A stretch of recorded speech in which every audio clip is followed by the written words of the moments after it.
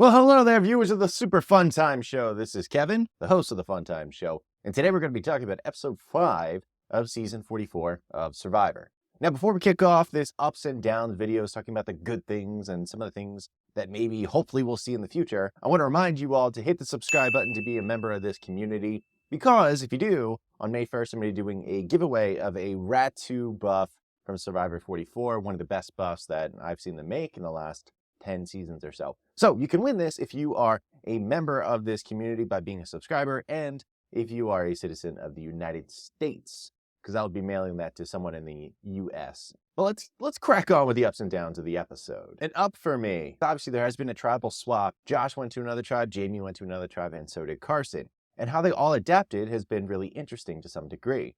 Josh obviously went to tribal council with Tika, and ended up getting the majority to the point where he ended up staying. Even though he used an idol, he probably would have been safe anyway, it looks like. But Jamie's over there hanging out at Soka, and she's spreading influence all over the place, just like a fire hose just shooting off. And I thought something that was really interesting that stood out was her mentioning that, you know, if they're smarts, she's the person that they should all be trying to make an alliance with. And I think part of that is her own confidence in the fact that she believes she has two hidden immunity idol. Now, she does have one that's a temporary idol, and she knows it only works until the merge. But the second one she has is a fake one that was planted by Matt G when they were over at Ratu. But she doesn't know that one's fake. So she's going to be in for a rude awakening eventually, because it looks like next episode is probably going to be the merge, and she's not going to be able to use either of them when she thinks she can actually use two of them. But fake idol aside, I think she's actually a really good person that people should be making alliances with. I mean, first of all, she's absurdly positive, which I would think actually kind of goes against her in the long term.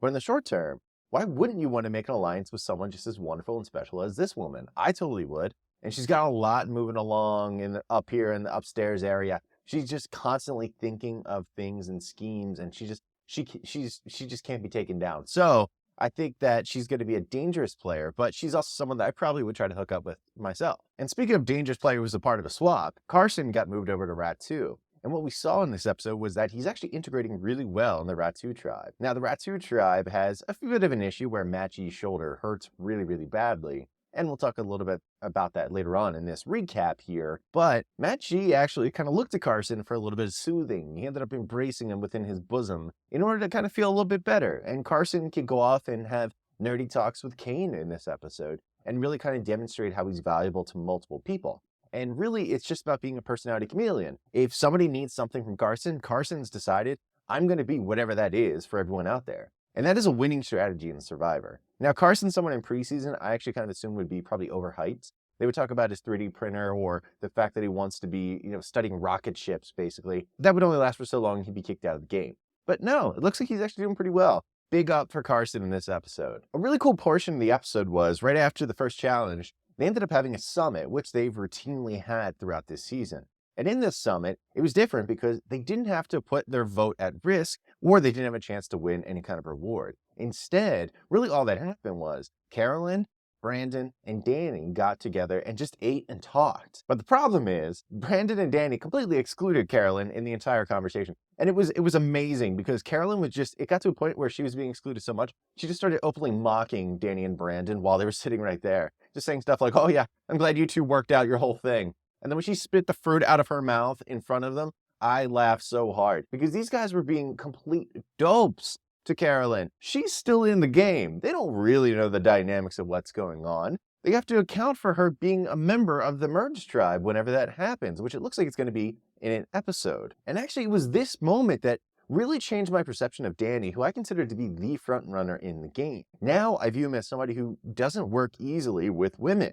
Or if he does, it's in a weird power dynamic where he's exerting power over them rather than feeling as though they'll be working with him. So automatically, just from this, I have taken him out of the front runner conversation. He's still in the top tier because I think he has a lot of influence in the game. But now that the merge is coming, he has taken a major hit in my book as far as stocks go. And what's great is, out of this threesome here, I think that Carolyn has by far the best chance to win the game. So it's actually really funny to see that happen because Carolyn has the idol and no one knows Carolyn has the idol. And she's been in tribal council a lot. And I think it's because no one can read Carolyn. Like, it's impossible. Like, she makes facial gestures like all the time.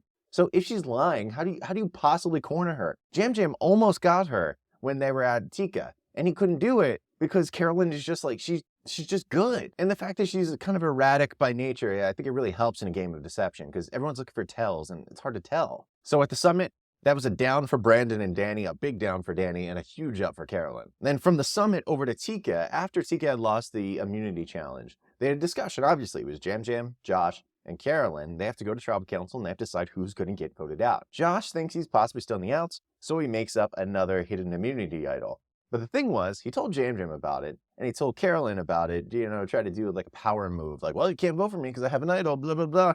It's giving flashbacks of Abby Maria from Philippines when she just kept making up that she had another idol. Carolyn smartly says, Jam, have you seen the idol? He's like, no, I've seen the note though. And so Josh feels defensive, pulls out the note and the idol, and immediately Jam realizes that the beads that are of the fake hidden immunity idol are from Tree Mail. Josh's like, nuh-uh, and Jam's like, yeah, they are.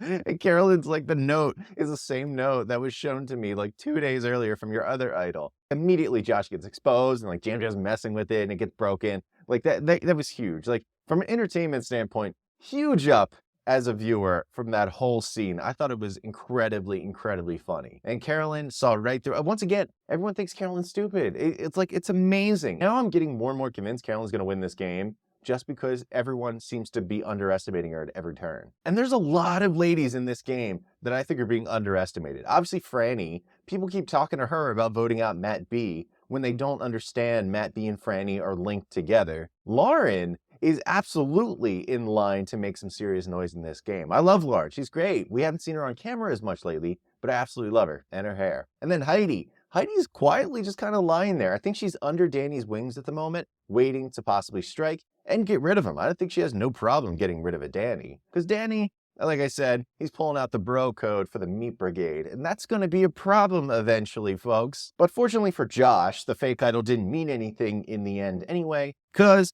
we find out at the end of the episode that Matt G of the Ratu tribe, who honestly was probably the first or second frontrunner of the game, pulled himself from the game because he hurt his shoulder in a previous challenge and made it even worse than it was when he fell off the rocks. That meant he had to be pulled from the game and the dream was done. And he left the game with a hidden immunity idol and the knowledge that Jamie's fake idol was fake. So no one knows at this point, and a huge player in the game is totally gone. And that really sucks because he's been spending a lot of time to get on the actual show, and it just goes away like that. I'd love to see him in a returner season. He made a lot of noise for a short period of time, so I think he could do really well once again, and I hope he gets that chance. Although there wasn't as much talk about advantages, except for the part when, Josh's idol got exposed, I thought this episode was really good because it focused a lot on the interpersonal relationships of the actual people, and the summit being the biggest thing. They just met up and talked and let it play out.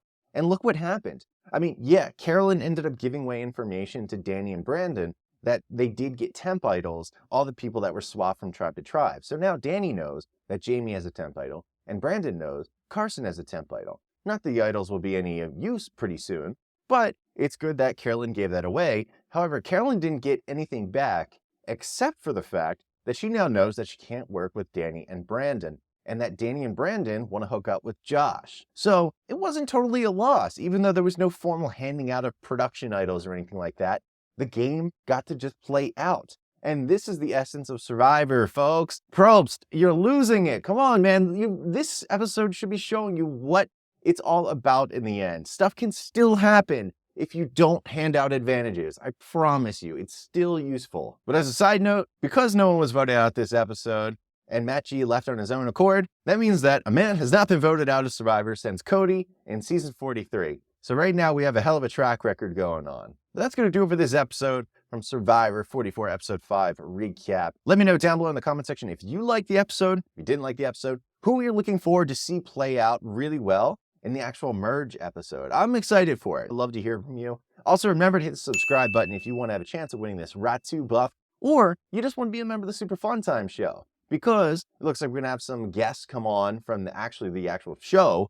It's going to be really exciting so we can talk about some Survivor strategy of the game, of the past, and the future. Otherwise, that's going to do it, folks. Make sure you have an absolutely terrific, fun time today. And remember, I have spoken.